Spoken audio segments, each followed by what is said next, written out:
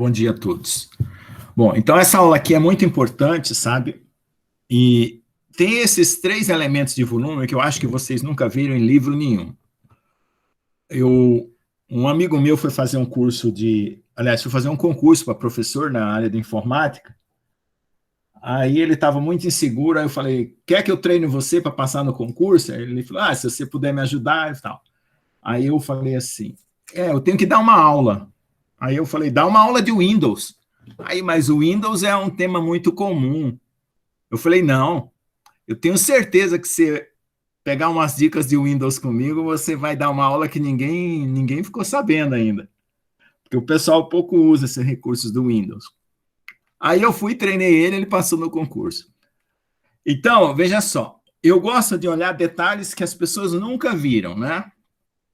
Nós temos aí 3 coordenadas, sistema de coordenadas retangulares, cilíndricos e esféricos. A pessoa, quando coloca o elemento de volume nas coordenadas, eles não se preocupam em mostrar um pequeno detalhe em que esses elementos de volume têm, né? Então, eu coloquei isso no meu livro porque não tem livro nenhum. E como eu tenho formação em física, a gente tem aqui retangular, cilindro e esférico, eu já estudei outros sistemas de coordenadas, parabólico, hiperbólico, né? São sistemas de coordenadas para outros experimentos, para espalhamento de partículas e coisas, né? Até daquele laboratório lá da Suíça. Então a gente vai tendo uma série, tem um livro que eu achei em Israel, quando eu estive lá dando uma palestra, na estante do professor.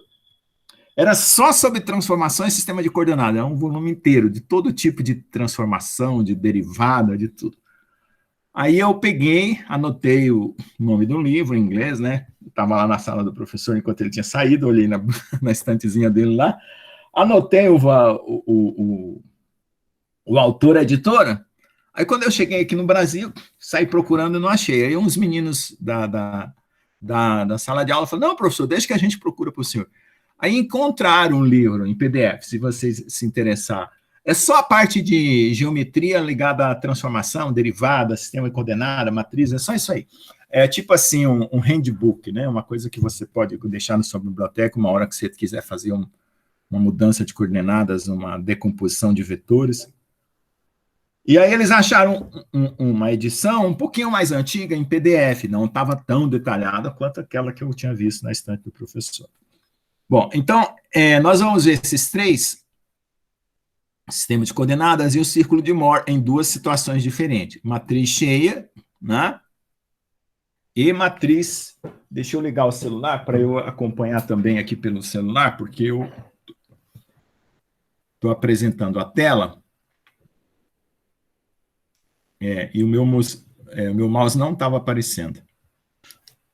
Espera só um pouquinho, deixa eu usar o celular também.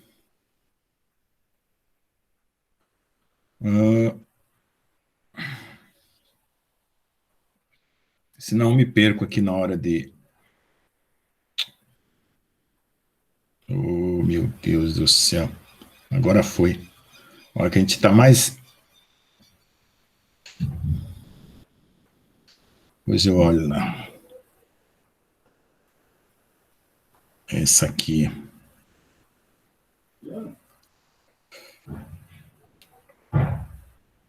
Deixa eu entrar aqui na aula. Para eu ter uma visão do que vocês estão vendo. Entrar como aluno. Eu sempre entro aqui também como aluno. Na visão de aluno fica melhor eu ter um feedback. É tipo aquele retorno de microfone. Quando você é cantor, você precisa ter um fone de retorno. Então, mais ou menos isso. Então, vê lá. Ver como é que está a apresentação. É porque eu vejo o cursor aparecendo, eu sei onde eu estou apontando direitinho.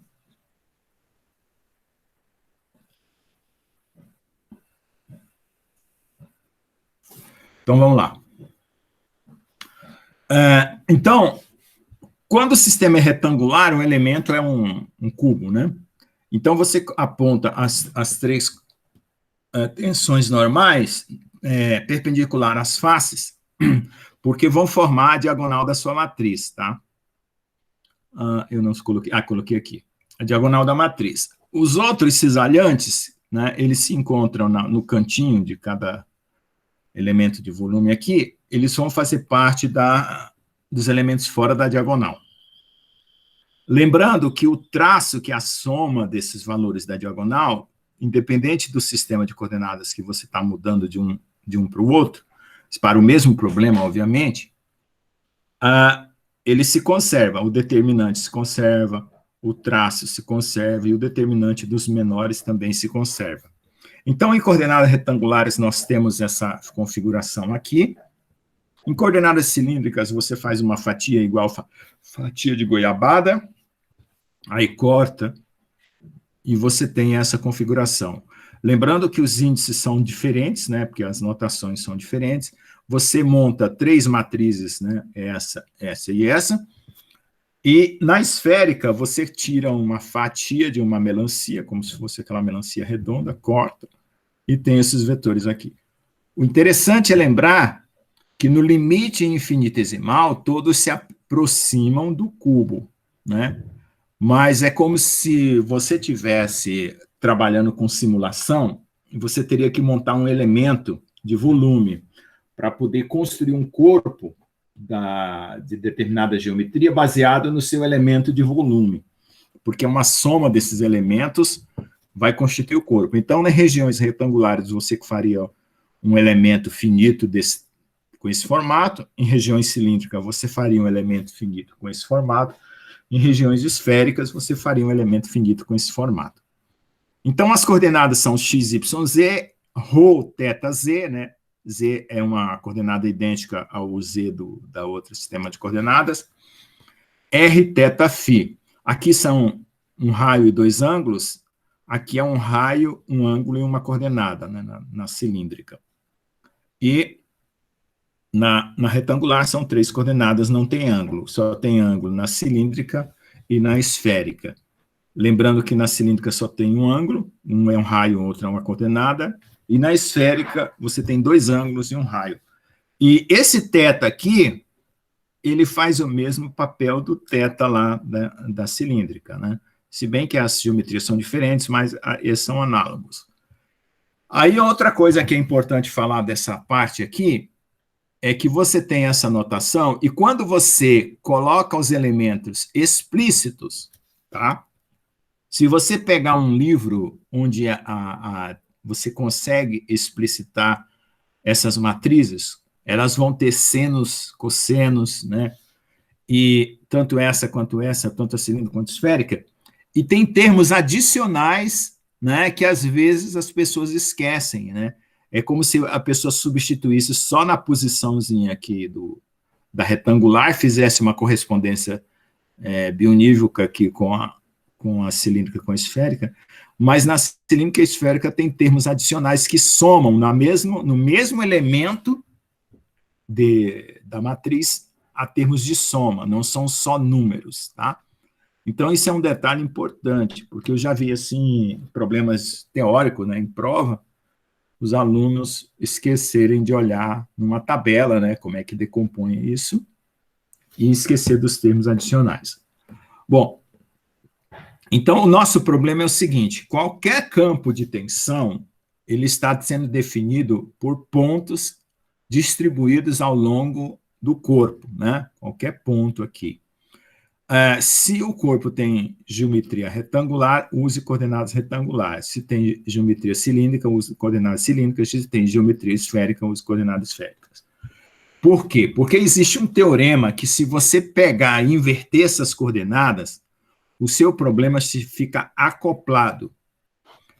Chama-se Teorema das Transformações Canônicas. É um teorema que a gente vê na física, é um dos assuntos assim que ninguém deixa faltar para poder ninguém fazer bobagem. Eu já vi professor aí da física e da UEPG tentando resolver um cilindro usando coordenada retangular, vira uma bagunça. Então, compatibilidade entre o corpo e o sistema de coordenadas, isso não pode esquecer. Eu não vou provar teorema aqui, nada, eu só vou mencionar que existe, né?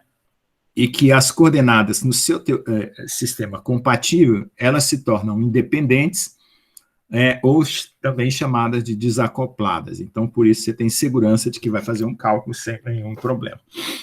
Então, o nosso problema é, usando um sistema de coordenadas global, você obtém uma matriz cheia, depois você localiza dentro do corpo um sistema de coordenadas que seja mais específico do que está acontecendo no ponto, né? Que são aquelas decomposições nas direções principais, como a gente viu na aula passada. E essas tensões principais, elas vão ter exatamente nessa aula um papel muito importante para as propriedades, como eu falei. Essa matriz aqui, ela mascara os acontecimentos que podem ocorrer dentro do material, escoamento, fratura, plastificação e assim por diante. Essa daqui, ela deixa tudo explícito. Então, o que eu vou fazer? Eu vou construir 3 círculos, que é um problema tridimensional 3D, usando apenas essas coordenadas diagonais. Depois eu vou fazer outros 3 círculos, exatamente como esse aqui, correspondente a esse daqui, porque eles se superpõem, né? É o mesmo os 3 círculos, porém usando o sistema de coordenadas cheio, da matriz cheia. Então, eu vou começar com o mais simples, e depois eu faço o mais da matriz cheia. Então, essa aula de hoje, para começar, é isso aí. Depois a gente entra nos detalhamentos das componentes que são importantes para a plastificação. Aí vocês vão guardar essas ideias, né? Quando vier a aula de plastificação, vocês vão lembrar que eu já falei dessas definições de hoje. Tá bom? Professor? Oi, pode falar. Assim, você colocou a matriz cheia e a matriz diagonal ali, com as tensões normais ali, né? A matriz só com as tensões de cisalhamento, ela também é uma matriz diagonal? A gente pode chamar ela assim? Deixa eu ver. Pera o porquê que a gente só usa a matriz diagonal com as tensões normais, digamos assim? O porquê da... Porque, por exemplo, eu consigo você montar pode fazer sim. Eu consigo montar um ciclo de Moore com as tensões cisalhantes, digamos assim? Seria mais complexo, eu acho, né? Mas eu poderia, né? Poderia, porque assim, as tensões cisalhantes, elas vão ser subtrações de 2 tensões normais, né? Aí você teria uma relação inversa, né? Porque você, do ponto de vista matemático, sair da matriz cheia para a matriz diagonal é muito simples. Agora, se você pegar todas as... Aqui você tem 3 direções, né? Sigma 1, sigma 2, sigma 3. Se você pegar as perpendiculares correspondentes a cada uma das 3, você teria a matriz fora da diagonal. Aí teria só os cisalhantes máximos, né? Aqui são só as tensões máximas, aqui teria só os cisalhantes máximos. Ficaria meio estranho, né? Teria que fazer uma transformação matemática mais complicada. Esse aqui é o caminho mais simples. Mas dá para fazer. Se por acaso você tiver um problema aí do seu material aí, onde você tem que fazer uma previsão, você consegue obter só esses cisalhantes máximos, aí depois eu posso pensar em bolar uma transformação matemática para te dar as tensões máximas aí. Foi mais por assim, ideia para tentar entender o contexto, digamos, a gente pega essa matriz diagonal para montar o sistema porque é mais simples, é isso? É isso. Tá. Mas se você tiver um problema, porque às vezes em laboratório a gente não está preparado para o que pode acontecer, né? Eu já tive, assim, problemas em laboratório em que as previsões que eu queria fazer não eram as que estavam no texto dos livros. E eu tive que bolar um esquema um pouquinho diferente. Isso pode acontecer. Mas se você tiver um problema aí que você tiver só as tensões cisalhantes, e aí eu posso fazer o cálculo para você, né? Como fazer essa transformação. Tá bom? Ok. Uma hora que você precisar. Bom, então vamos lá. Aqui, nós vamos ter o círculo grande, né? O círculo grande, ele é as diferenças maiores, que é o sigma 1 com sigma 3. Você ordena em valores decrescentes. O 1 é o maior, o 2 é o do meio, o 3 é o menor. Então, sigma 1 mais sigma 3 dividido por 2, que é o valor médio, é como se você isolasse a linha do meio e a coluna do meio ficasse com uma matriz 2 por 2. Essa matriz 2 por 2 teria um traço, né, chamado sigma 1 mais sigma 3. Você divide por 2, que é o valor médio, ao centro do círculo. Então, é isso que está aqui. Depois que você determinou o centro, só precisa determinar o raio. Aí você já traça, aponta o compasso no centro, pega o raio e desenha. Aí depois você detalha e vê o que está cortando, onde está cortando, né? Aí você sabe os outros valores. Mas partindo do princípio que você só tem o centro e o raio, o que seria o raio? Se o centro é a soma dividido por 2, o raio é a subtração dividido por 2, tá? Então, não esqueçam isso. Então, você pode ver que a cisalhante aqui, tá 2 é sigma 1 menos sigma 2 por 2, tá 3 é sigma 2, cadê? Tem algum lugar aqui. Sigma 1, sigma 3 por 2, tá 2, 3 é sigma 2 menos sigma 3 por 2. Então, para o círculo de Mohr, é muito simples fazer a partir dessa matriz diagonal. Os valores médios 2 a 2 são os centros, né? Do círculo maior, aqui no caso é o maior valor médio. As subtrações divididas por 2 são os raios. A maior subtração, sigma 1 menos sigma 3 por 2, é o raio do círculo maior.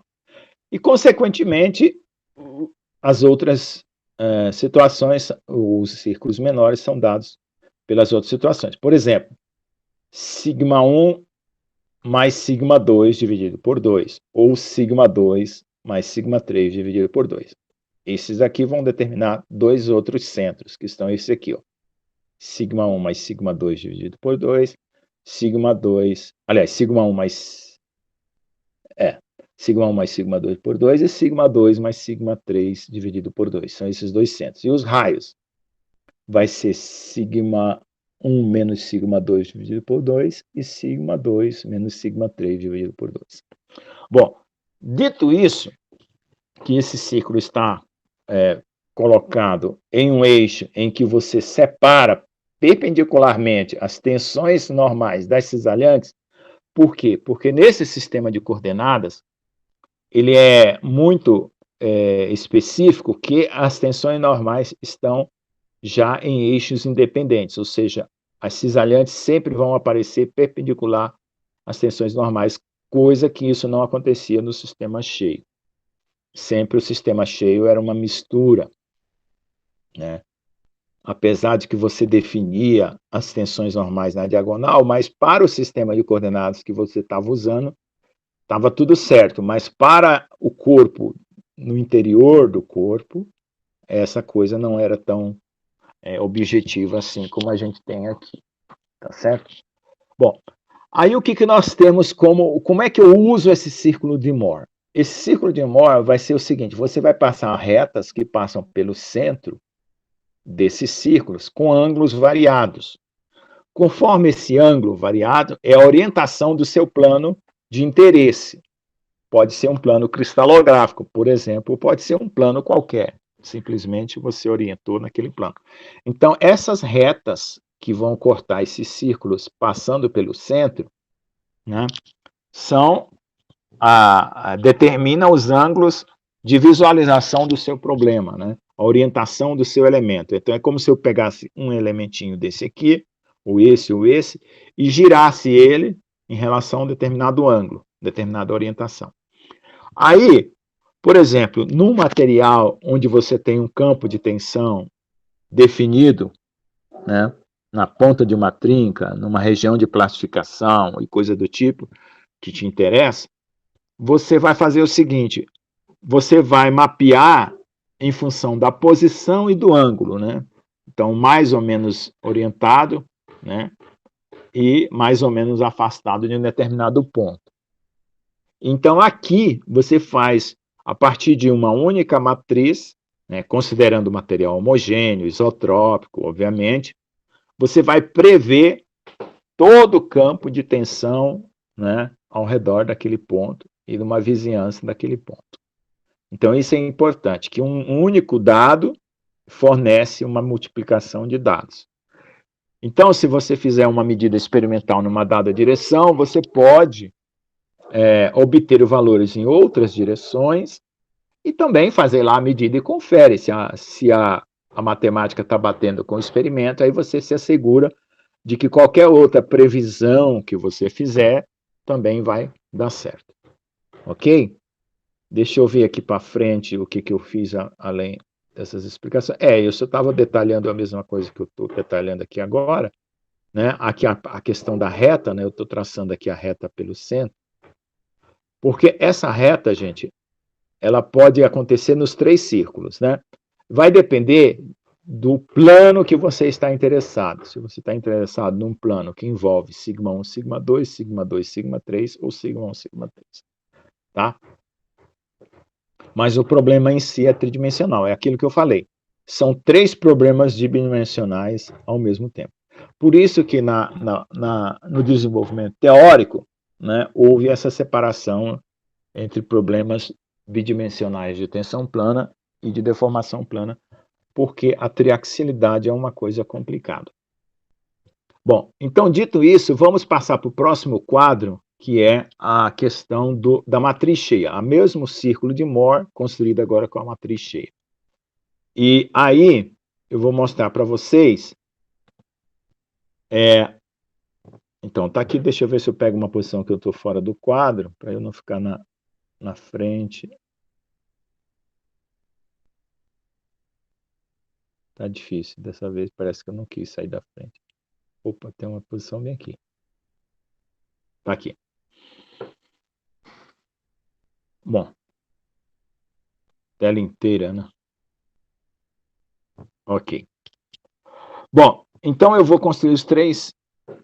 Inclusive, eu estou mostrando que se eu tivesse um sistema cilíndrico e um sistema esférico, a forma de construir também seria análoga, tá? Então, no sistema cartesiano aqui, eu tenho que ter o raio. O raio aqui é dado de uma forma muito mais complicada, assim, um pouco mais complicada, que não é só uma subtração, é um quadrado e uma raiz quadrada, tá? A matriz cheia, no caso cartesiano, que eu vou pegar aqui, deixa eu ver. Eu coloquei sigma 1, 2, 1, 3, porque eu estou indo para o cilíndrico, para o esférico, ou para o cartesiano, né? Então, quando eu colocar índices enumerados, com números, significa que eu posso ir para qualquer um dos 3. Então, eu estou fazendo o seguinte aqui. O sigma... O sigma xx, xy e xz, e zz, né? Não. Sigma xx, sigma y e sigma zz vão estar na diagonal. E os taus, né, que eu chamo, eu faço a diferença de sigma para tal, para você lembrar que é cisaliante. Então, tal xy, tal xz e assim por diante, vão estar fora da diagonal. Então, esses valores aqui, eles vão participar das contas matemáticas, tá? Então, no caso aqui, o raio do círculo vai ser sigma xx menos sigma zz, dividido por 2 ao quadrado, mais tal xz ao quadrado, raiz quadrada. Então, esse é o raio xz. O raio xy é análogo, né? Sigma xx menos sigma y ao quadrado dividido por 2. Aliás, primeiro divide por 2, depois eleva ao quadrado, mais tal xy ao quadrado, raiz. E o raio yz é sigma y menos sigma zz dividido por 2 ao quadrado, mais tal yz ao quadrado, raiz. Então, com esses raios, certo? Eu construo os 3 círculos. E os centros, né, que é sempre o que a gente determina primeiro, é idêntico, porque o centro é sempre o traço da matriz. Então, eu pego 2 a 2 aqui, né, dividido por 2, que vai dar igual àquele traço lá. Tá? Então, é sigma xx mais sigma y sobre 2, sigma xx mais sigma zz sobre 2, e sigma y mais sigma zz sobre 2. Agora, não vai ser, você não vai colocar assim, por exemplo, na mesma ordem dos círculos anteriores. Não, porque primeiro você faz as contas, determina quais são os valores maiores e menores para você saber quem participa do círculo maior, do círculo menor. Por quê? Porque quando você tem uma matriz cheia, você pode jogar essa coluna ou essa linha para uma posição qualquer aqui, por exemplo. A primeira linha ela pode ocupar a posição da segunda ou da terceira, a matriz não muda, certo? E assim por diante. Então, você pode trocar a ordem das linhas e das colunas, que a matriz não muda. Então, aí você sempre imagina que você ordenou o sigma XX como sendo o valor maior dos 3 elementos da diagonal. Isso é uma ideia, não necessariamente assim. Então, nesse sistema aqui, a ordem dos elementos te dá uma certa liberdade, que não é nada... Aqui também poderia fazer, mas aí fica mais complicado, né? Porque aí um elemento vai aqui para baixo, outro vai lá para cima. Então, você quer deixar a diagonal visível. Nesse daqui, apesar que você pode trocar, né? Aí você tem que trocar ordenadamente também, né? Para a sua matriz não perder o significado lógico que ela tem, né? E não é simplesmente pegar, eu vou botar esse número lá para cá, esse número para cá. Não, não é isso. Você pega ou uma coluna inteira, ou uma linha inteira e troca ordenadamente. E aí, para desenhar o círculo, você vê quem vai ser a diferença maior, a soma maior, né? Para ser o centro e o raio. E as outras duas menores, que vai corresponder àquele círculo que está lá. Ok? Então, as mesmas propriedades que você analisar com esse círculo aqui, digamos que você não tem as tensões principais, mas você tem uma medida feita aí no laboratório que te deu essas tensões com todas as componentes normais cisalhantes, para um sistema de coordenada que você mesmo especificou. Então, você também vai ter o círculo de Moore. Aí, depois que você desenhar o círculo de Moore nessa situação aqui, aí você sabe que esse ponto menor aqui é o sigma 3, esse ponto maior aqui é o sigma 1, e assim por diante. E o sigma 2 é aqui a interseção aqui desses dois círculos. Que pode acontecer no centro do círculo maior ou não. Aí, o que vai acontecer? O interessante é que, saindo da matriz cheia, você consegue encontrar a matriz diagonal pelo próprio círculo de Moore, coisa que não conseguia fazer de lá para cá. A volta é mais complicada. A ida daqui para lá, da matriz cheia para a matriz diagonal, é mais fácil. Então, desenhando a partir da matriz cheia, você também obtém os valores da matriz diagonal. Bom, então, dito isso, o que a gente faz? A gente tem exercícios aí num formulário que é para você praticar esse cálculo do círculo de Moore, tá? No formulário aí que eu já deixei aí para você. Tá bom? Então, com uma avaliação dessa aula, eu vou ter questões aí, questões que eu vou pedir para vocês resolverem. Caso a solução não seja correta, depois vocês me procuram para tirar dúvidas. Outra coisa que eu queria saber de vocês é o seguinte: vocês receberam uma planilha que eu mandei por e-mail para todo mundo? Eu mandei uma planilha para você usar nesses cálculos. Eu não chequei recentemente, professor, meu e-mail da UEPG. Ou você mandou, tá, você mandou no e-mail? Você mandou nesse e-mail? Eu mandei uma planilha que a gente... mandei. Eu desenvolvi com os alunos da graduação uma planilha para você fazer todas essas continhas aqui. Ela é uma planilha bidimensional, mas se você pegar a matriz e dividir em 3 problemas bidimensionais, você também resolve. Tá? Basta você pegando 2 a 2 aí os elementos que você quer, ou os menores da matriz, né? Eu vou checar aqui. Você pega uma matriz 3 por 3 e divide em 3 matrizes menores. Bom, eu acredito, professor. Recebi pode sim, falar. Professor. Eu acredito que ela esteja também lá nas atividades do Clesson, no campo de tensão, lá no tópico 5, lembra? Que o senhor colocou lá também, né? É verdade. Está disponível tá lá, pessoal, também. Exatamente, tá lá. Exatamente. Tá no e-mail também. Tá bom. Então, utilizem-se aí, caso vocês tenham qualquer dúvida para resolver esses problemas, você me procura. Aí você vai ter uma ferramenta de cálculo, né, que é uma síntese da matéria até agora, né, porque nós fizemos campo de tensão e círculo de Moore. Se tiver campo de deformação, você só troca os nomes, tá? Porque vai ter uma matriz de deformação em coordenada cilíndrica, esférica, retangular.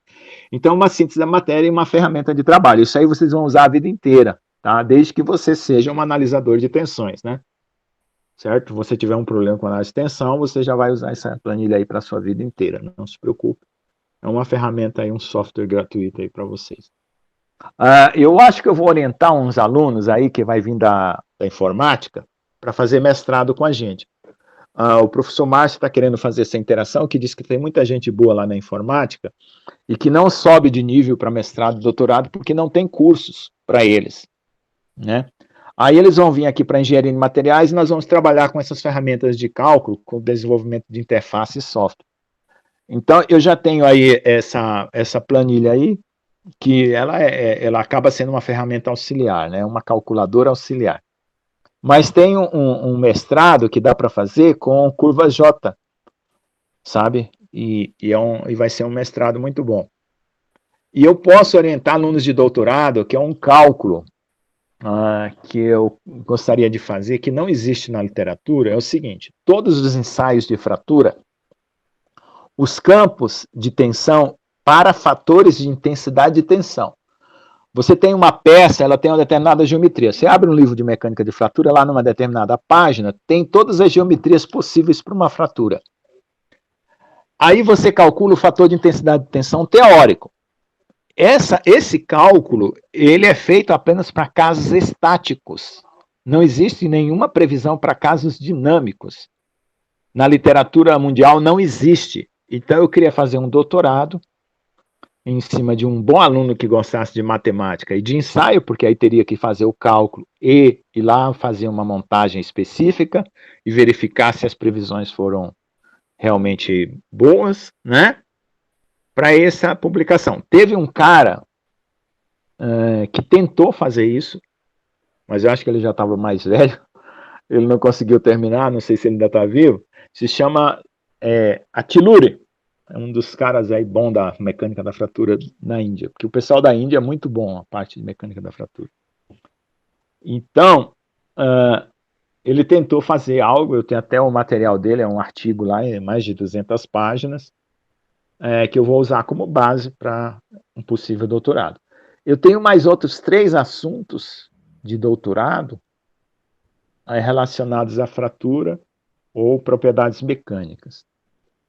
Então, aí, uma hora, eu quero ver se eu capto algum desses alunos aí para essa tarefa hercúlea. Tá bom? Vamos lá. Vamos passar para próximo quadro, gente. Então, nesse próximo quadro, eu vou usar agora todo esse conhecimento que já foi elaborado agora, de tensões, e eu vou decompor as tensões numa outra situação. Deixa eu ver aqui. Shared state. Deixa eu passar aqui para um quadro da frente. Onde eu estou aqui. Então é o seguinte, nós vamos ver um conceito que sai da mesma matriz, tá? Essa matriz aí, ela começa a ser usada de uma forma múltipla, né? A mesma matriz, ela começa a ser trabalhada matematicamente para se obter informações muito importantes dos materiais.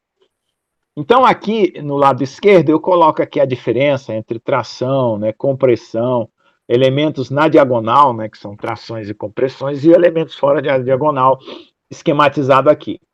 Eu uso, diferente da engenharia civil, eu uso sempre a maneira de definir as tensões normais tangenciais usando o paralelismo da superfície, ou seja, do vetor normal. Ou se a força está paralela ao vetor normal, é tração. Se tiver antiparalela, compressão, e se tiver perpendicular, cisalhamento. Porque esse aqui não deixa dúvidas. O pessoal da engenharia civil usa a questão de fibra. A fibra última de Maia-Citar, ela está em compressão, está em compressão.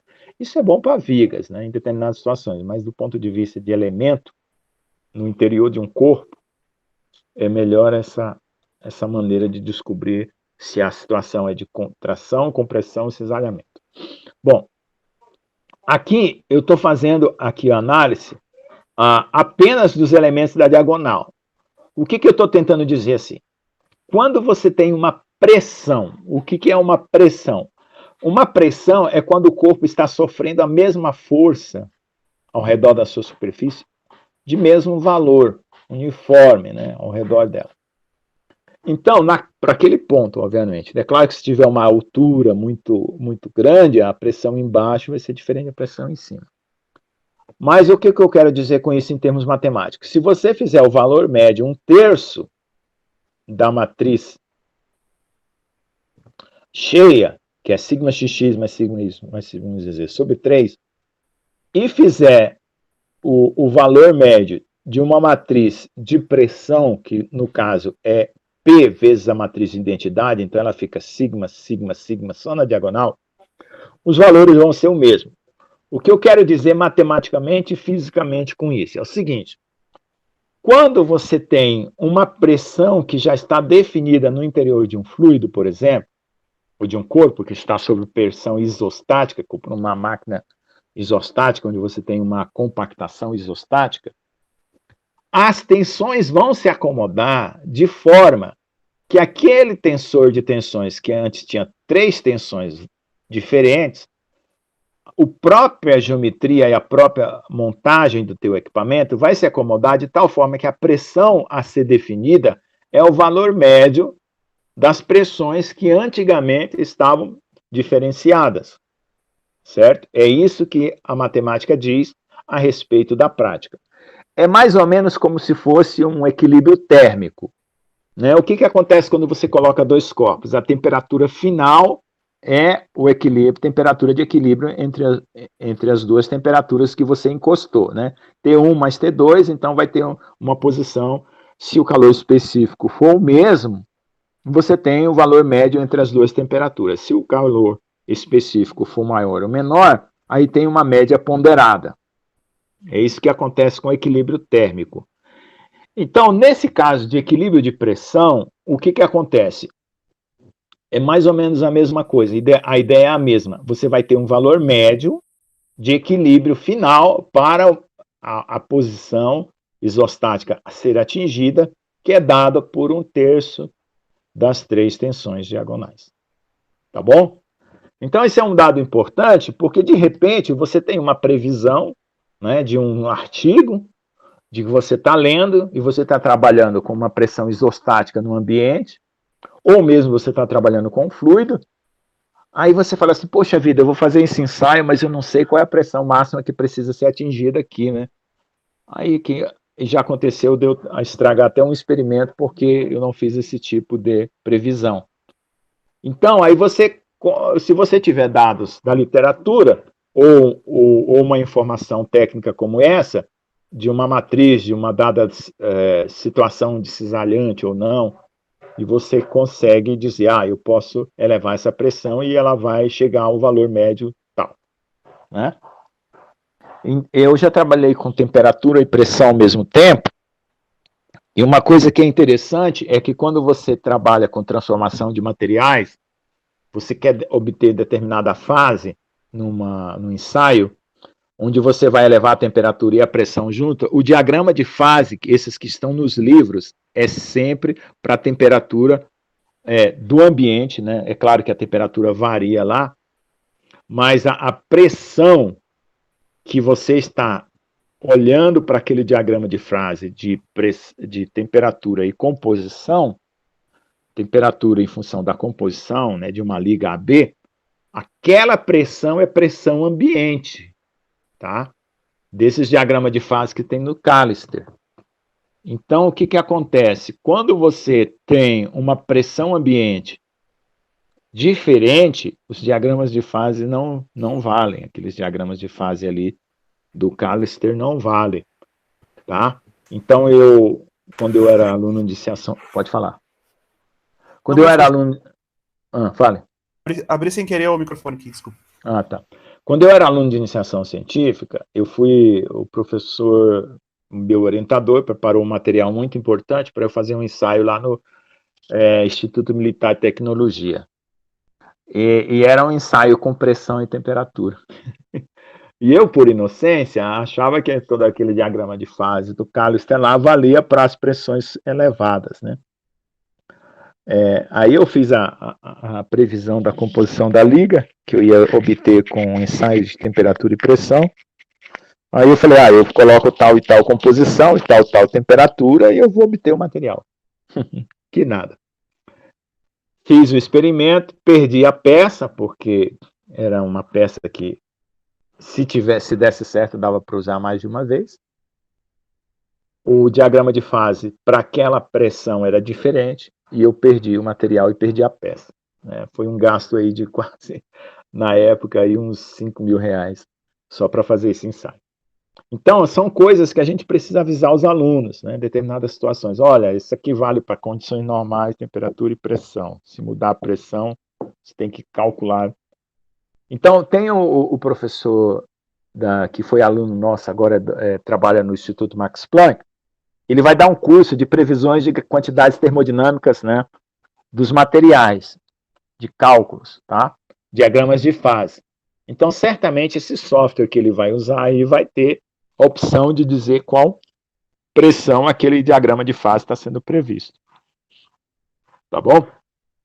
Eu estou pensando até quando ele começar as aulas aí, eu não sei quando é que é, participar para eu aprender alguma coisa nesse sentido aí, trabalhar com esse software.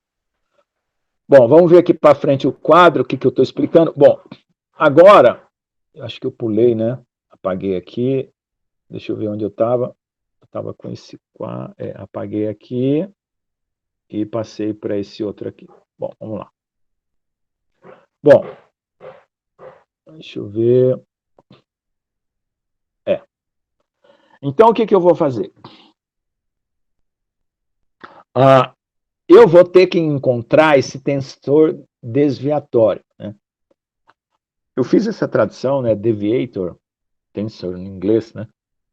E aqui tem a matriz de pressão, que é essa que eu coloquei aqui embaixo. Então, eu vou subtrair, ou seja, a matriz cheia vai ser essa matriz desviatória menos esse outro aqui, ou a matriz desviatória é esse mais o pressão. Então, aqui eu estou colocando o elemento cheio, aqui eu estou destacando esse sigma m aqui que eu vou fazer essa previsão, e esse S, né, 1, 2, 1, 3, 2, 2, 2, 3. Tá? Como é que eu vou tirar esses valores a partir dessa matriz cheia? Deixa eu ver se eu não pulei uma etapa aqui na minha apresentação, só para eu conferir. Eu saí desse quadro. Tá. Isso. Aqui no cantinho, eu supus aqui, por exemplo, um valor. Por exemplo, todos os valores de pressão é 4, e os valores desviatórios é 5, 3 e 4. Então, qual seria o valor a ser obtido? 5 menos 4, 1, 3 menos 4, menos 1, 4 menos 4, 0. Então, aqui, com um único valor, né, e 3 valores diferentes, que eu estou subtraindo na diagonal, 5, 3 e 4. São os elementos da diagonal aqui.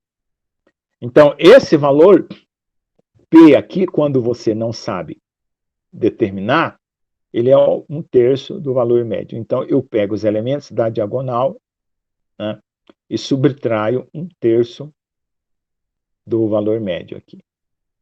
Tá? Eu vou encontrar o valor que me interessa, que é do tensor desviatório. Deixa eu ver aqui o que eu estou fazendo aqui para frente. Opa, subiu aqui, não era isso. Como é que eu tiro isso aqui agora? E ser todos iguais? Bom, deixa eu ver aqui. Onde eu estou? Vou pegar um quadro mais completo, que aí eu já fecho o assunto. Lá para frente aqui. Tá aqui. Então, vamos lá. Eu pego o primeiro elemento e subtraio do valor médio de sigma 1, 2, 2 e 3, 3. Tá?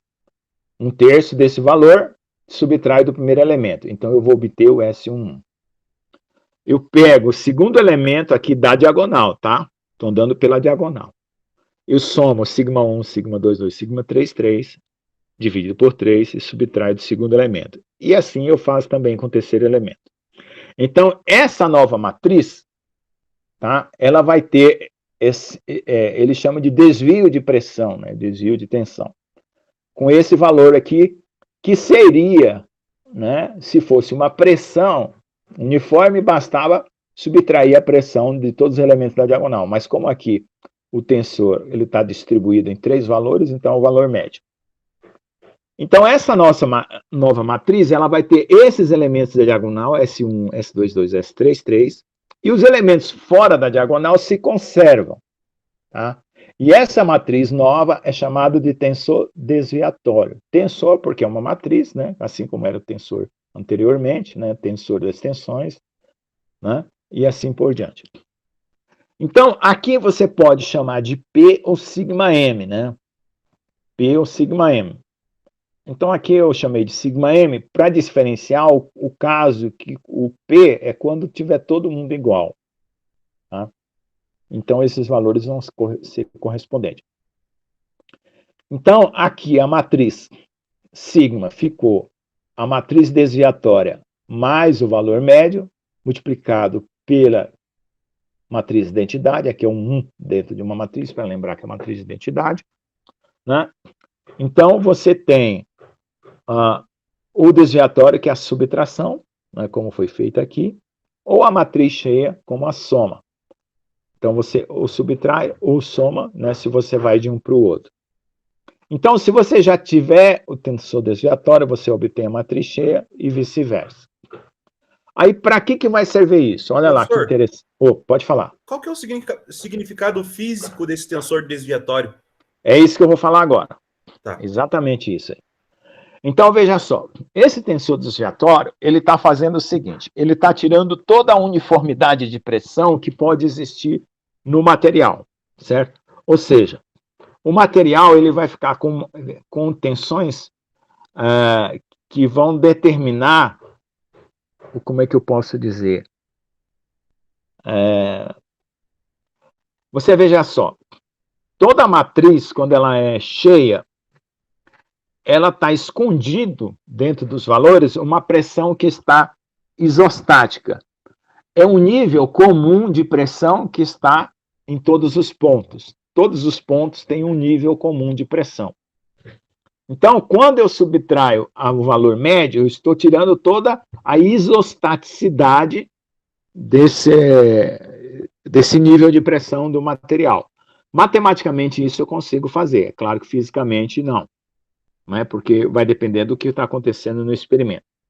Aí, o que vai acontecer quando eu pegar e tentar calcular a diagonal, né, que agora eu vou pegar essa matriz cheia e passar ela para a diagonal do jeito que eu fiz com a outra. Eu vou ter os valores, né, lá era I1, I2 e 3, né, que eram os coeficientes, aqui J1, J2, J3. Esses valores aqui, eles vão ser úteis para o cálculo das tensões octaédricas, né, que são as tensões que, se você visualizar esse elemento de volume como sendo um cubo, né, ele está na região octaédrica das tensões do elemento de volume anterior.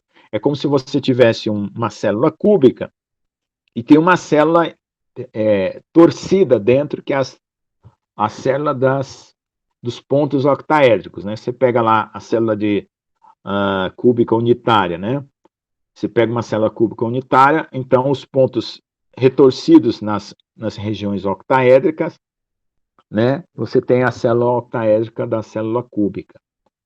Então, no caso da matriz de tensão, é análogo. E isso vai definir a plastificação do material e os critérios de fratura. Então, os critérios de fratura vão ser tirados exatamente desses valores aí. Aí eu estou calculando, olha lá, que são outros invariantes. O que são invariantes? São valores que, mudando o sistema de coordenadas, esses valores permanecem. Assim como sigma 1, sigma 2, sigma 3, né? O traço, o determinante e o determinantes menores eram invariantes para essa situação aqui, da matriz cheia para a matriz diagonal, esses S1s aqui também vão determinar outros 3 invariantes, que é o traço dele, dessa nova matriz, o determinante dos menores e o determinante da própria matriz. E aí, para a plastificação, deixa eu só mostrar aqui para frente, deixa eu ver, nós vamos usar muito isso aqui. Vamos ver lá, eu vou fazer um desenho. Os eixos agora são eixos de tensão, tá? E eu estou desenhando as tensões octaédricas, a direção delas, que seriam esses S's. Né? A situação aí que eu estou verificando. Então, aí, para interpretar as propriedades do material, eu abandono os eixos de coordenada geométrica e passo a utilizar eixos de coordenadas de tensão. Então, o meu eixo agora é σ1, σ2, σ3. Aí eu faço esse corte em triângulos aqui, certo? Formando esse octaedro. E os vetores normais a cada face desse corte octaédrico aqui vai ser chamado de tensões octaédricas. Então, a tensão octaédrica, no caso aqui, é 1/3 do Y, esse J1 aqui, né? E pode ser calculado dessa forma aqui, né? 2/3 de 2 e assim por diante. Eu vou colocando aqui as equações, deixa eu ver que aula que é essa, é a 3 de 4. Acho que até a 4 do 4 eu vou colocando tudo aqui, tá bom? Então, quando a gente estiver dizendo assim, o material plastificou ou não plastificou, nós vamos fazer diagramas geométricos a partir dessas tensões para a gente determinar a zona plástica, tá? São diagramas geométricos. Então, essa parte da aula aqui termina, já que já é a parte anterior. Essa aqui é a dedução que foi feita a partir dessa matriz nova, que é do lado esquerdo aqui, são esses 3 invariantes análogos àqueles outros dois. Essa parte do 69, eu acho que eu continuo no próximo quadro, que eu vou passar aqui agora, que é a última parte da aula. Então, vamos lá. Share this tab. Deixa eu ver onde é que eu termino aqui. É. Você entra por isso. Agora, saltei. Não é? Esses efeitos de discordância. Peraí. Ok? Assim está uma rotação com as coisas. É igual a 2, 1, certo? Então tá tal. 2. Peraí, deixa eu olhar. Detalhamentos. Está certo, por exemplo. Com os defeitos que criam efeito em hélice, né? Bem, hélice. Eu coloquei aqui todos os valores, mas eu quero chegar numa posição onde o quadro já está completo. Cunha e o Cunha. O Cunha está preso, a Cunha. Peraí. Do tensor já foram subtraídas, né? Então você analisa só as deformações plásticas. Bom, aqui o quadro ainda está meio borrado para mim. Peguei uma posição mais nítida. Eu estou com tela cheia? Tô. Bom, então com essa nova matriz eu obtenho esses 3 valores invariantes aqui. Quando a gente... Vocês já viram, quem aqui já viu o desenho de uma zona plástica na ponta de uma trinca? Tem 2 situações. Uma é uma lemniscata, quando a deformação é plana, e outra é um cardioide, que parece um coração, assim, um caroço de feijão na ponta de uma trinca. Quem já viu esse desenho? Professor, eu já vi, mas assim... Não entendeu. Minha memória é zero com relação a isso, do que se tratava. Tá. Né? Tudo bom, eu vou explicar para você o que é aquilo lá. Então, a zona plástica é a zona onde você atingiu a máxima deformação e você ainda não fraturou.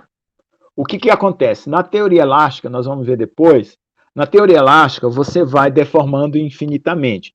Só que, do ponto de vista prático do material, o material ele limita a sua tensão a uma tensão que vai ser de escoamento ou de ruptura. Se o material for frágil, o gráfico de tensão-deformação ele se limita pela tensão de ruptura e a parte plástica é micro, é a menor possível. Se o material for plástico, né, porque tem um elástico e tem um plástico. Então, primeiro, quem limita é a tensão de ruptura logo depois do valor máximo. Né? Então, ali, você rompe o material, não vai mais para frente, você não aumenta mais a tensão. Se o material for plástico, depois que você atingir o máximo da linearidade entre tensão e deformação, ou seja, você está saindo da região elástica, entrando na região plástica, você vai andar um pouco ainda com aquela tensão, onde vai aparecer os efeitos de encruamento, né? Aí tem todos os tipos de efeito de encruamento, dependendo da situação que você tem, tá? Então, normalmente, no ensaio lá, você tem um encruamento por deformação. Então, o que vai acontecer? Nessa situação, você está formando zonas plásticas no material. Essas zonas plásticas são previsíveis do ponto de vista matemático. Professor, Oi. Eu acho que a tela está travado. Eu estou escutando o que você está falando, mas não tem nenhuma figura, você não está mostrando nenhuma figura. Não, estou só comentando antes, porque agora eu vou mostrar o que eu estou querendo dizer aqui com esse quadro. Ok. Não, desculpa então interromper. Não, tudo bem, tranquilo, valeu. Não, é sempre bom interromper, é ótimo, senão eu fico morto aqui, não sei o que está acontecendo. E é ótima a participação. É porque eu pensei que daí você estava mostrando alguma dessas figuras, daí eu não vi o mouse se mexendo nem nada, eu pensei, acho que travou. Não, tá certo. Então eu estou dando aqui um lembrete do que você viu em CM, né? Aqueles gráficos de tensão-deformação. Então, o que vai acontecer? Quando você olha naquele gráfico lá de tensão-deformação, você tem aquele valor máximo, depois ele começa a plastificar, e se você continua plastificando até o valor de ruptura, pá, o material quebra. Então, aquela zona plástica, do ponto de vista de um gráfico de tensão-deformação, você não está enxergando, olhando para o material, o que está acontecendo. Então, ou você teria que visualizar isso de alguma forma, ou fazer um cálculo matemático. Então, esse cálculo ele vai permitir com que você visualize qual é a região que está entrando em plastificação. E isso é perfeitamente possível de se prever utilizando essas tensões que eu estou colocando aqui e usando os critérios de fratura, ou os critérios de máxima tensão, que é, no caso, critério de Tresca, von Mises e assim por diante. Então, juntando essa informação matemática com aqueles critérios, você determina a curva que delimita a região plástica, que no caso de uma tensão plana parece um caroço de feijão, e no caso de uma deformação plana parece duas bolas encostadas uma na outra. Uma é a lemniscata, o caroço de feijão é a cardioide, e aquelas duas bolas encostadas na outra é a lemniscata. Eu não sei se acho que na aula passada eu mostrei alguma coisa parecida. Depois eu tenho só que achar aqui onde é que ela está. Poxa, eu tenho que lembrar 2 minutinhos aqui que eu mostrei isso na aula passada. Só que ela aqui não está aparecendo. Tem que pegar uma outra figura. Campo HRE, deixa eu ver aqui. Deixa eu pegar uma figura que eu possa mostrar os dois.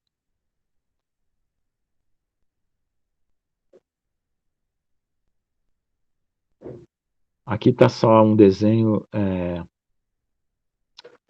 esquemático. Eu não gosto muito desses desenhos esquemáticos, né? Ele não está mostrando a realidade do negócio. Acho que eu tenho outro aqui. Espera só um pouquinho, já mostro já o que eu estou falando. Deixa esse aqui aberto, vamos ver isso aqui. Opa. Espero que esse aqui apareça.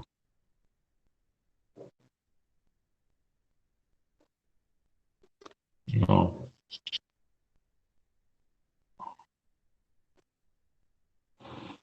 Opa.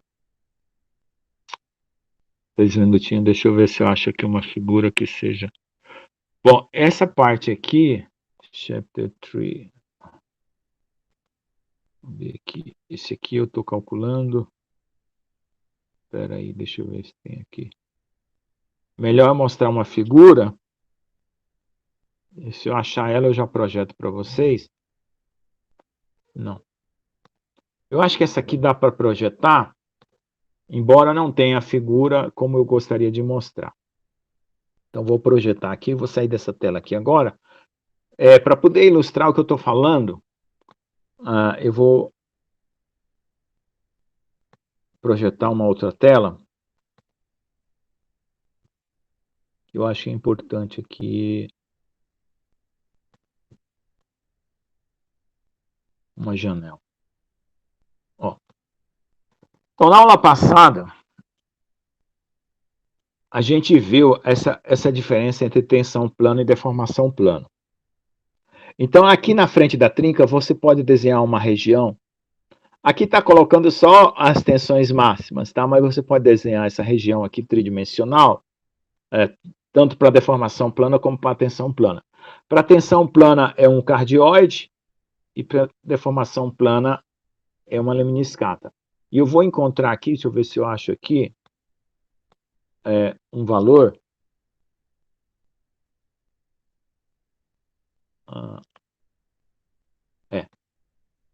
Uma figura mais ou menos aproximada disso que eu estou falando aqui.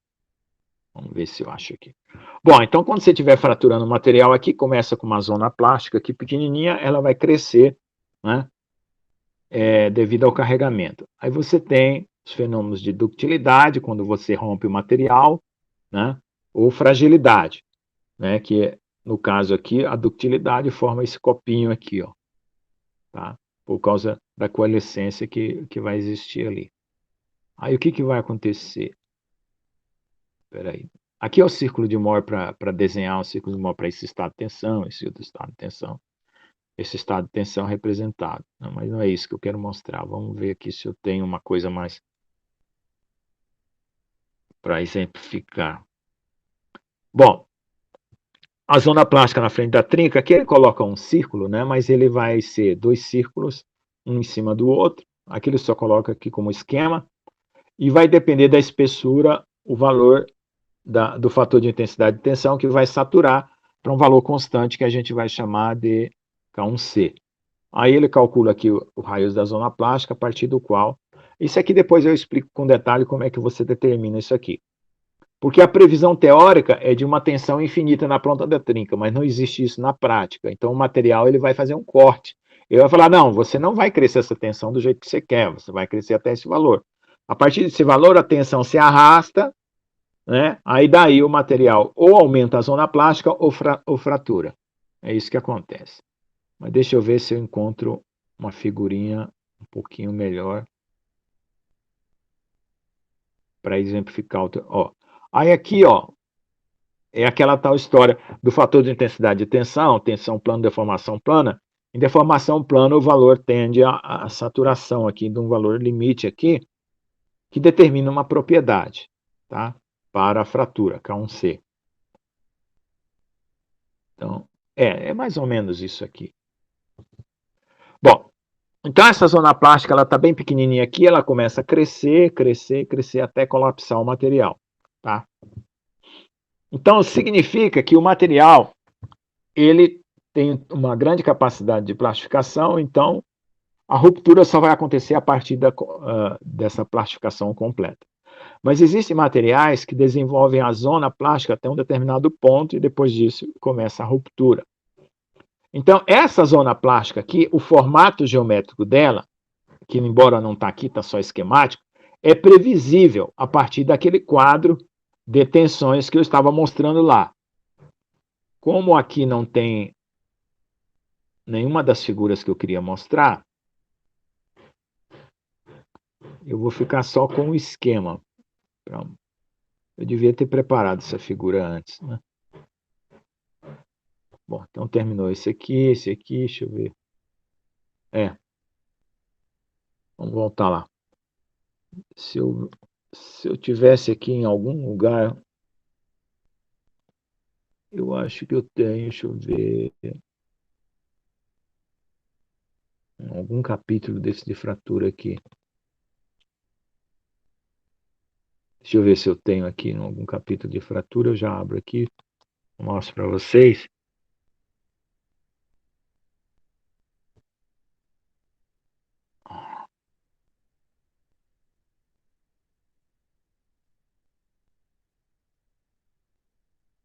Não, nesse capítulo não. Vamos ver o próximo.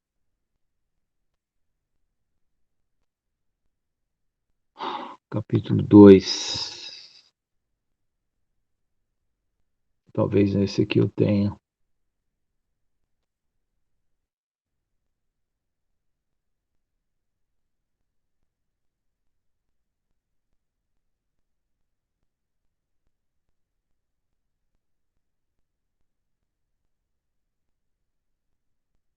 É que eu vou voltar nesse assunto, mas é sempre bom se adiantar o que você pode. dentro do contexto que você está mostrando. Acho que eu tenho aqui. Ah, achei.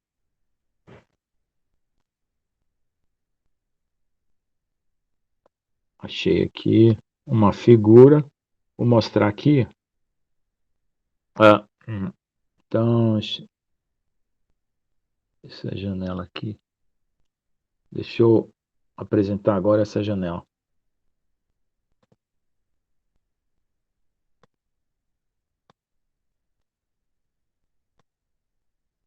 Aqui. Então, olha lá. Vocês estão vendo aqui, essa parte de baixo aqui dessa figura. Deixa eu aumentar mais um pouquinho. Aqui. Essa parte de baixo aqui, essa linha bem fininha aqui, está representando uma trinca, tá? E aqui parece um carocinho de feijão aqui na frente, né? Então, essa é a zona plástica. Essa zona plástica, ela está sendo determinada matematicamente, tá? Eu não sei se eu tenho aqui, mas eu tenho um artigo. Quando o material, na prática, não é uniforme, a trinca não é retinha, então essa zona plástica começa a se deformar. Tá? Mas ela é perfeitamente previsível a partir daqueles valores que eu estou colocando ali no quadro. Tá? Então é isso que eu queria mostrar. Quando a tensão plana é esse cardioide aqui na verdade está até quase que entre uma região e outra. São duas bolas, né? E que a parte de trás ela vai penetrando aqui para frente, para o lado esquerdo, né? E aí vai formando um cardioide. Então é tensão plana e deformação plana, tá? Então o cardioide, quando tem essas costas aqui atrás, né? Essa curva para dentro aqui, ela vai penetrar até o ponto de formar uma cardioide. Então aqui a tensão, aliás, o contrário, né? Quando ela se iguala, né? Ela forma uma cardioide. Quando ela penetra, ela forma uma laminiscata, que é uma curva matemática, simplesmente. São nomes para essas curvas matemáticas aqui. Deixa eu ver se eu tenho alguma coisa mais para frente. Aqui é um cálculo teórico, tal, papapá. Então, eu usei esse tipo de coisa porque o meu material, eu fiz uma previsão para trinca rugosa, fractal. Então, eu tive que fazer esses cálculos do zero. Né? Olha. Tá bom? Essa é a cardioide. Bom, então voltando lá ao nosso quadro. Vamos voltar lá. Então, como é que é feita a previsão? Porque eu acho importante você dizer de onde vêm as coisas, porque às vezes você está olhando num livro e você não está sabendo o que o autor está tentando dizer, né? E de onde ele está tirando essas ideias. Então, eu acho bom sempre situar o aluno, né? Quando ele estiver lendo um texto, eu estou na 4 de 4, cadê? Aqui. Situar um texto de volta aqui. Bom, então vamos olhar aqui essa figura. Voltando aqui à situação que eu estou tentando definir. Então aqui é o seguinte, eu tenho 3 eixos, que eram antigamente geométricos, agora são eixos de tensões. Eu montei esses 3 triângulos aqui, ó, aliás, 8, né? 1, 2, 3, 4, 5, 6, 7, 8, que é um octaedro. Fiz uma perpendicular, que é uma direção normal a cada um deles. Né? Essa direção normal, né? Eu vou definir uma tensão aqui. Ela vai ter uma componente cisalhante e uma componente tangencial. Né? Ela vai ser um valor a tensão normal vai ser 1/3 do valor de J1, que está aqui. A tensão octaédrica vai ser dada pela raiz quadrada. Igual, lembra o vetor tensão? O vetor tensão, a tensão cisalhante era o vetor tensão menos a tensão normal. Então é a mesma regrinha, é o quadrado menos sigma ao quadrado. Então por quê? Porque a normal, aqui, ela é uma tensão normal, né? E a perpendicular dela é uma cisalhante, para essa figura aqui, tá? E aí, você decompõe e consegue calcular uma da outra. Então, a tensão octaédrica, ela vai resultar como um valor 2/3 do I2, que é esse valor aqui, e assim por diante. Então, aí você vai ter um raio, né, que é um raio da zona plástica, tá? Dado por essa componente aqui, S1 ao quadrado, S2, S3 ao quadrado. E aí, com isso, você vai determinar, depois aplicando um dos critérios de von Mises ou de Tresca, não sei se vocês já ouviram falar desses critérios, você vai determinar exatamente aquela curva daquela região que foi mostrada lá, tá certo? Então, aqui, para a aula de hoje, a gente termina a aula aqui, porque, deixa eu ver, a próxima é deformação, vou ver como é que está aqui a sequência. A próxima é deformação, e algumas coisas vão se repetir.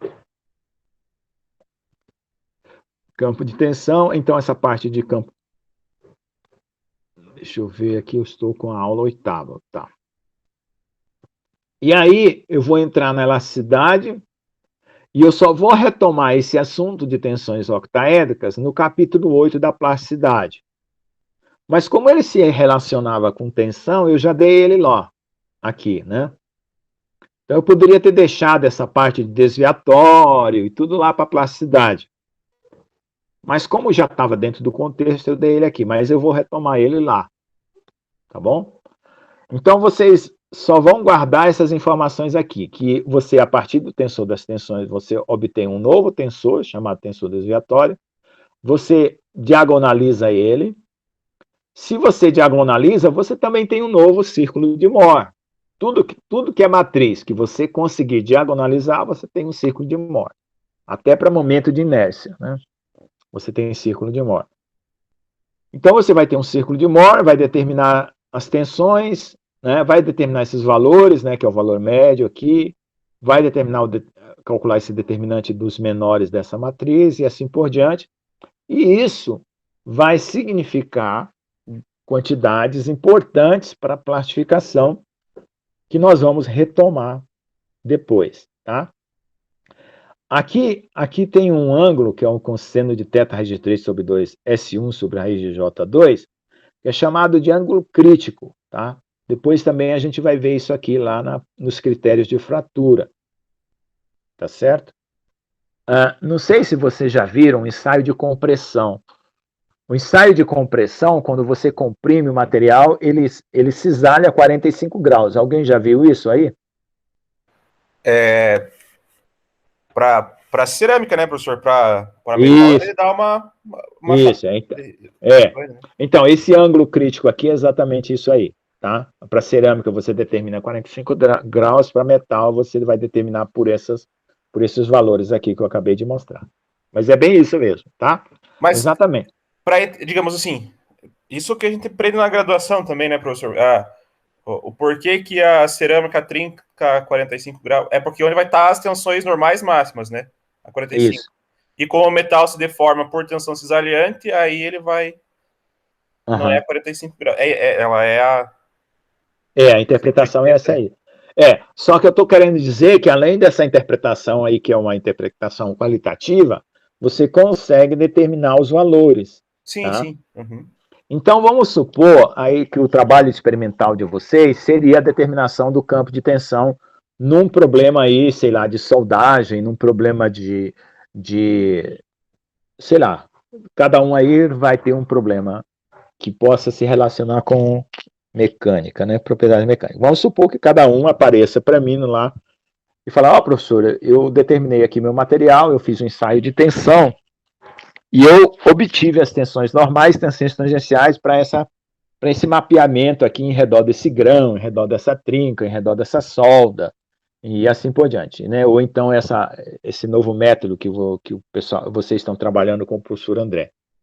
Professor, eu fiz essa análise aqui e eu descobri esses valores. Aí o que eu ia orientar vocês? Eu iria orientar vocês a calcular as tensões principais, as tensões desviatórias, as tensões octaédricas, fazer previsão das zonas plásticas, né, fazer previsões dos ângulos críticos, e aí você ia ter uma descrição completa do problema mecânico do seu material, entendeu? Então essa é a cultura que eu estou tentando fornecer para vocês. É claro que vocês vão ter tabelas fórmulas matemáticas, mas isso é secundário. Você sabendo substituir os valores, fazer as contas numa calculadora, para mim não tem problema nenhum. Eu só acho importante vocês entenderem que existe uma forma de explorar o seu experimento, tá? Do ponto de vista teórico, você faz alguma coisa experimental e explora, né, por meios matemáticos, as informações do seu experimento. Entendeu? Se não, do contrário, você teria que fazer experimento por experimento para ir determinando coisas e coisas que te interessam, né? Então, você tem esse caminho matemático que economiza, né? Agora, se você faz 2 ou 3 ensaios e quer testar se a teoria está batendo, se tudo que foi previsível está sendo obtido, aí também, né, você confronta a teoria com o experimento. Tá certo? Então, a próxima aula é deformação, repete-se praticamente tudo daqui, né? Tudo que vale para tensão vale para deformação. Existe deformação octaédrica, existe deformação principal, existe deformação desviatória. Por quê? Porque a lei de Hooke diz que tensão e deformação é um múltiplo com um módulo elástico ou módulo de cisalhamento.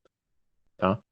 E aí nós vamos entrar na elasticidade, que são problemas específicos para situações de algum ensaio que te interessa, por exemplo, torção, tração, compressão, né?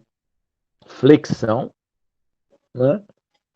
E depois plasticidade, que é onde nós vamos aprender os critérios, que a gente tem os diversos critérios, porque é aquilo que eu falei.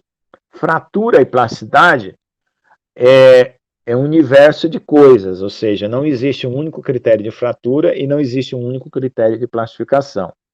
Mesmo porque, se você unisse 2 ou 3 critérios num critério maior, tem sempre um material que apresenta uma coisa diferente no meio da história, né? Então, é por isso que você não reúne tudo no mundo numa única lei. E a outra coisa também é que, para continuar aqui a sequência do curso, eu vou apresentar no final, né, problemas em aberto, tá? Então, o que significa? Vocês, como doutorando, se tiverem interesse em propriedades mecânicas, né? Porque, de repente, aí que vocês estão fazendo a matéria, mas o interesse de vocês não é específico em propriedades mecânicas, é alguma outra coisa, é uma síntese de material, é uma fase, é uma outra coisa que te interessa. Mas eu vou colocar como assim, a proposta da disciplina problemas em aberto, tá? Porque aí vocês futuramente, né, como pesquisadores, podem falar assim, poxa vida, quando eu fiz aquela matéria com o professor falou daquele problema que ainda não foi resolvido, quem sabe eu posso orientar um aluno, né, depois de vocês como doutorados, né, falar, poxa, esse problema em aberto é interessante, né, tá? Eu vou colocar esses problemas em aberto para vocês lá no finalzinho, nas últimas aulas, tá bom? Então, é claro que ainda também tem outras coisas aqui que a gente pode explorar na plasticidade, mas eu vou colocar na parte da fratura, tá? Que é a minha área. Ok, pessoal? Então, eu acho assim que por hoje está de bom tamanho, né? Se vocês tiverem alguma dúvida, me pergunte. E quem for fazendo o formulário também se acuse, né? Para eu poder saber como é que está essa situação. Porque eu até agora não vi como é que está essa situação aqui. Deixa eu até clicar aqui no formulário, entregue. Desde o primeiro, nada. O segundo, nada. Eu atribuí aqui, mas até agora ninguém respondeu nem o primeiro. Tá? Então, procurem aí não acumular, porque depois fica difícil para vocês lembrar tudo de uma vez. Tá? Pois é, o senhor está meio atrasado essas coisas mesmo. Não, mas eu vou esperar. Opa, teve alguém aqui que colocou aqui elasticidade, teve pelo menos um aqui que entregou elasticidade aplicada, né? Então, formulário de elasticidade. Tá. Aqueles de conceito fundamental lá, ninguém entregou nada. Eu acho que foi só um de elasticidade, que depois eu vou olhar. No final, eu vou olhar todo mundo para saber como é que está isso, a transmissão das informações, se tudo que eu ensinei realmente. Toda semana eu penso, também, eu tenho que fazer os os formulários lá. Eu sei que mas você tem que anotar esses conceitos que eu estou pedindo lá, né? Porque se você já estivesse acompanhando, aí você ia falar, o professor está falando disso, eu já sei qual é a resposta dessa pergunta. O professor está falando daquilo, eu já sei qual é a resposta dessa outra. Ficaria mais fácil, porque depois, para você olhar para trás, vai ficar difícil você lembrar de tudo. O tempo é muito maior, né, para fazer daí. Tempo muito maior. Tá bom? Então, ó, esse último quadro aqui, eu vou explorar ele novamente, tá? Na teoria da plasticidade. Vai ficar interessante, porque você vai pegar casos específicos ou casos reais, né, que você já, como engenheiro, já ouviu falar ou já está acostumado, já tem uma certa vivência.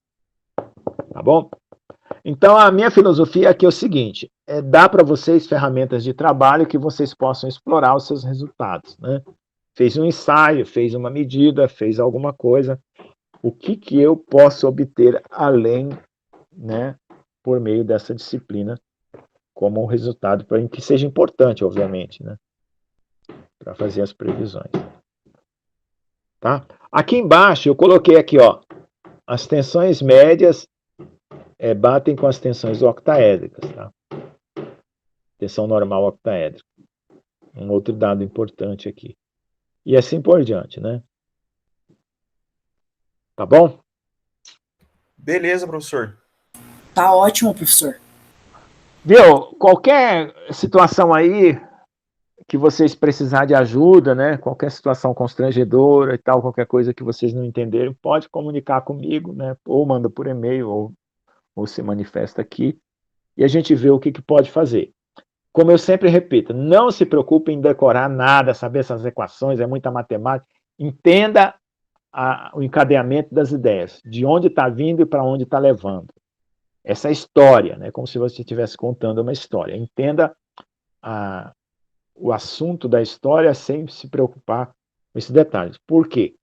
Porque na hora que você quiser usar essa ferramenta, você vai contar para mim o seu problema e eu vou te dar a equaçãozinha. Ó, faça essa continha aqui que você vai ter esse resultado.